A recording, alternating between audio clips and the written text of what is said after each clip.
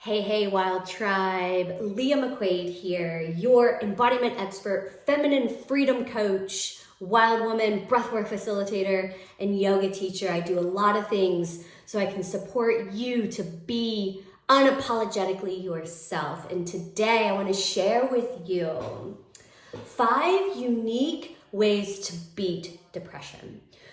So you've probably heard about getting good sleep, exercising, eating well, meditating, engaging in mindfulness practices, all as ways to help be well and also help you have physical health, but mental health as well. You've heard of all of these things. So I want to teach you a different way, actually 5 different ways to look at depression and 5 different things you can do that are unique that maybe you haven't heard of yet. So if you're suffering from depression, whether it's a difficult time in your life right now and you are feeling hopeless or feeling unworthy or just feeling sad, or if you've had depression your whole life and it's one of those things that kind of follows you, either way, wherever you're at on the spectrum, know that you can beat depression, and here are 5 unique ways. First thing I want to express to you is that emotions are energy in motion. So we have to allow the emotion to bubble up to the surface, and we have to allow ourselves to move through it. So many times when big, heavy emotions come up, we suppress them. And so what depression is really a suppression of emotions. So we want to move these emotions out of us. And so first and foremost, number 1 is you can actually lean into the feeling and the emotion.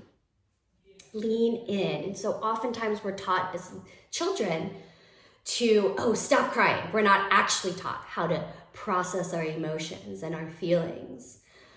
And so we suppress them. And over time, especially if we've been doing it since we were little kids, we've got stacks and stacks and stacks and stacks and stacks of experiences and emotions that are within our body. And so we've got layers and layers and layers that need to be moved through us. And so one of my favorite ways to do that is simply by leaning into the experience you're having rather than suppressing it. Lean in, and it's hard. Not saying it's easy. It's a lot easier when you have support. But leaning in and allowing that emotion to wash over you, move through you. Try it, because a lot of times we give ourselves 90 seconds to feel that feeling, to feel that emotion. It'll wash right through us. Not always, right? Not always, but a lot of times it will, okay? And so the first thing is really just accepting it and allowing it to move through you, because remembering emotions are energy in motion. They need to move. They need to move. They need to move. And the more we suppress, the more we're going to feel even more of that depression. Okay, number 2 is take a nap. So maybe you've heard about those who are depressed sleeping a lot. And that's a symptom oftentimes of depression. That's oftentimes one of the things that we do when we're depressed is we have a hard time getting out of bed. Just brushing our teeth or combing our hair can feel like a challenge. So I get it. Trust me, I've been there. So I say that it's okay to take naps because depression can be really hard on our physical bodies. However, here's a little caveat, right? If you're not showing up to important things or you're sleeping all the time, okay, and not functioning because you're sleeping a lot, that's different than going through your day the best you can and allowing yourself a moment to rest and nap. I love naps. Naps are great. So I give you permission, as long as you're not really taking advantage and really in that experience of napping all the time, right? That's not good. Okay, my friends. Number 3, notice your thoughts. Notice your thoughts. So our thoughts create our reality, essentially, right? So oftentimes our thoughts when we're depressed are not positive. And so if we can begin to notice our thoughts by using the meditation and mindfulness practices, right? That's a really beautiful way to begin to have an experience of ourselves, an experience of our minds, right? We can begin to notice what our thoughts might be telling us and notice if they're leaning towards the negative. We can begin with the help of a professional, with the help of a coach like myself. We can use different modalities and different skills to help you really acknowledge the inner critic, the inner judge, and begin to work with what your thoughts might be telling you. So it's really helpful to get some support around this as well. But we can begin to just find those stillness practices, drop in and notice what might be going on in our minds. Okay, and the next one I want to share with you, number 4, is move your body in a way that feels like depression.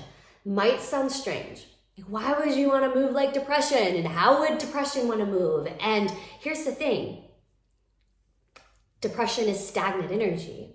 So we can use our physical body to help move our energy within. And that's exactly what this next practice is all about. Put on a song that you enjoy and drop in. Like I said, number 1, lean into the depression and move your body like depression wants to move. And maybe it doesn't want to move, it just wants to stand there. And that's okay too. But when you're standing there, feel your feet on the earth, and maybe, just maybe, it'll soften enough to allow you to move like you're feeling. Move like you're feeling. And we can use the movement of our physical body to help move the energy within. And the last one I want to share with you, number 5, is get outside. So there was a research study in 2017 that suggests sunshine helps with depression. And we learned through another study that just being outside helps with depression. It makes you feel good being outside. And so take a cup of tea and just sit on the front porch. Maybe you answer some emails while you're sitting outside. Get outside. And this is why seasonal affective disorder is a thing, right? Because people don't get outside as often in the wintertime. All right, my loves. I love you all. I love you all so much. And I get it. I have been working with depression and also anxiety my entire life. I have been using these strategies. So I get it. It can be really overwhelming and feel really difficult at times. And it requires some support. So know that I'm here for you. I'm a master coach, embodiment expert, feminine freedom coach, yoga teacher, and breathwork facilitator, and I absolutely love helping women tap into their bodies and overcome obstacles so they can create a life that they love. Do all the things, my friends. Subscribe, leave comments. Okay. So much love to you all. Until next time.